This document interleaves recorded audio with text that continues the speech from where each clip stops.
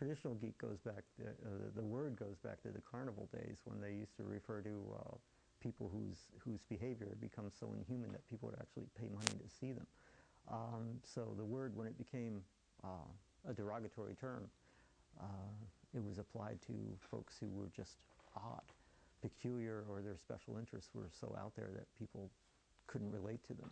Now, geek is almost like a badge of honor. A geek is a highly evolved individual.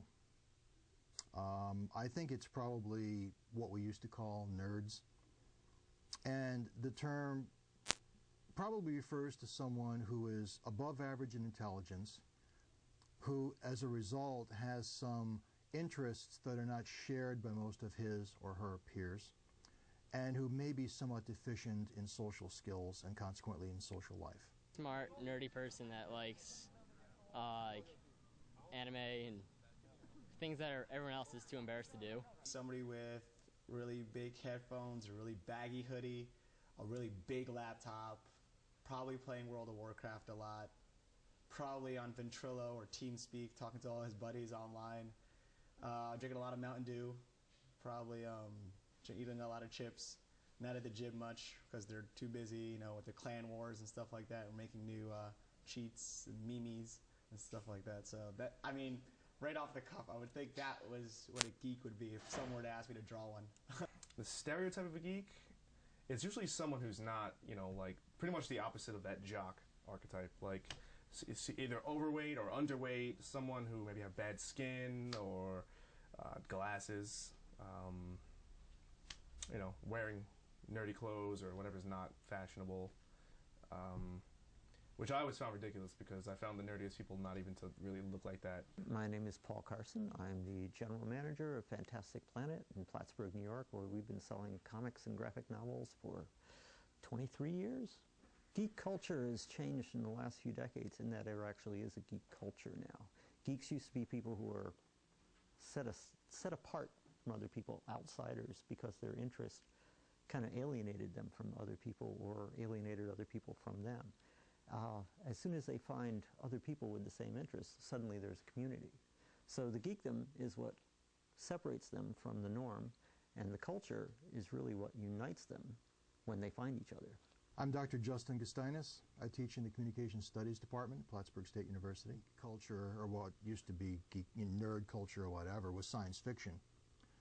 In fact, the first things I ever saw written about what today we would call geeks were about people, well, more precisely guys. They didn't used to be female geeks, I know there are now, who would go to science fiction conventions.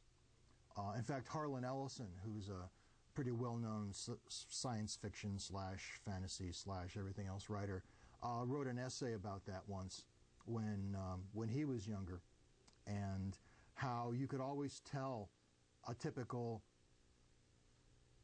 guy who would go to one of the science fiction conventions.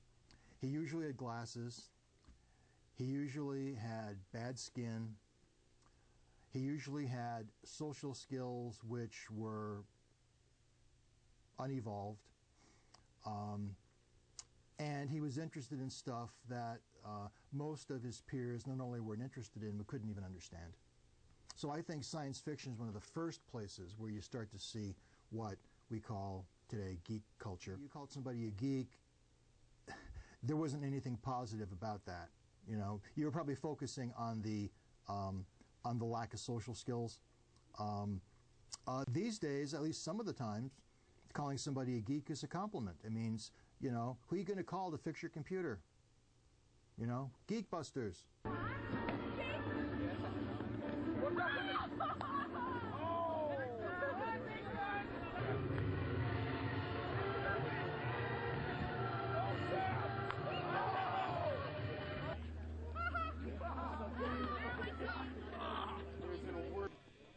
Dan Frankie, I'm RA in Harrington Hall, and this year I'm doing LARP again as a program. It came up in conversation with some of my residents last semester. They were playing Pokemon at the time, and from that evolved into a conversation about LARP.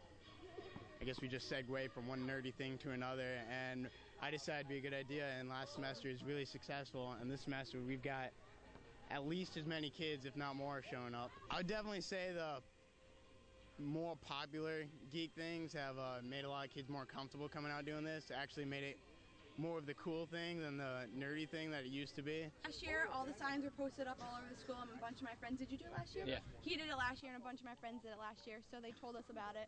They said they had a lot of fun, so we came out and did it again. There was also a Facebook group to do it last semester, so. Just Joke. fun to do. Yeah. After seeing it in role models, Yeah. really fun. Like, if it was like, if I had to travel to it any more than walking from my dorm room, I don't think I'd do it. But since it's here. Why not? I never actually thought I would actually like watching a LARP event, but it was quite interesting. Everyone gets really into it. Nirchi! The last stand of Nirchi! Oh my god! As far as, current geek culture, meshing with popular culture, mainstream film, Thor, Captain America, Star Trek, all these kinds of things. I think it's really a positive thing. Let's jump. Alright, so... My name is Chris Cruz.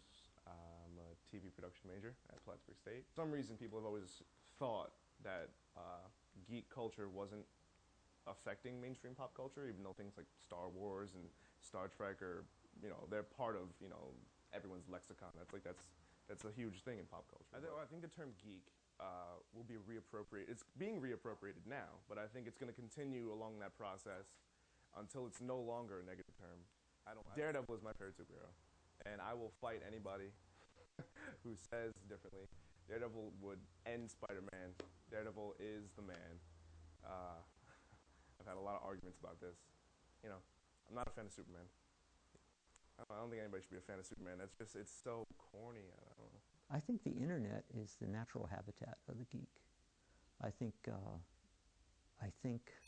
with websites and fan sites and fan fiction and online role-playing games and things like that, it was natural that the geek culture would kind of take over and shape the internet as it evolved. So I'm afraid that without geeks, the internet wouldn't be recognizable as it is today. It would be a wonderful information source, but it would be a little more boring.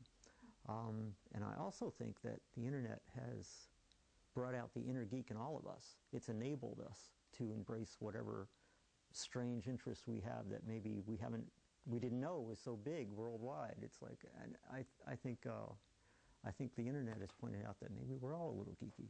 Thing that people have discovered that maybe geeks aren't that different from them, in that I think it helps make everybody a little more tolerant. I think it's interesting now to turn on TV and see on Big Bang Theory people that years ago we would laugh at them, but we wouldn't necessarily laugh with them. I think you can open up the Sunday Funnies and on Foxtrot suddenly find these kids that are a little off-center, but that's okay because we know where they're coming from. I think geeks becoming more mainstream just helps the mainstream. I think it's nice that we embrace them with the same diversity we embrace other people.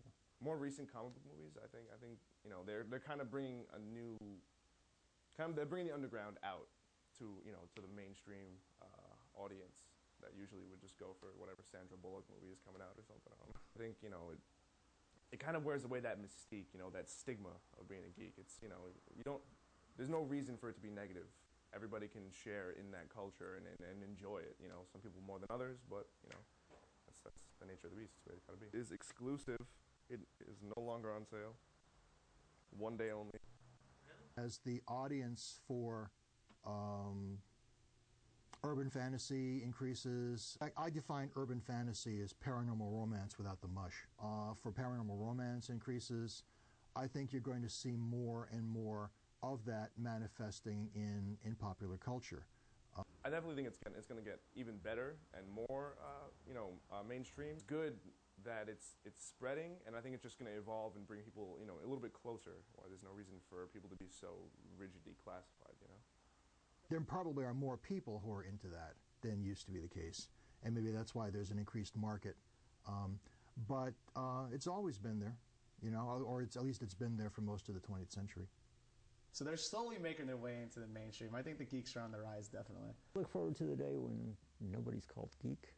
You know, I think, as I said, it started as a derogatory term, and now it's kind of like a badge of pride.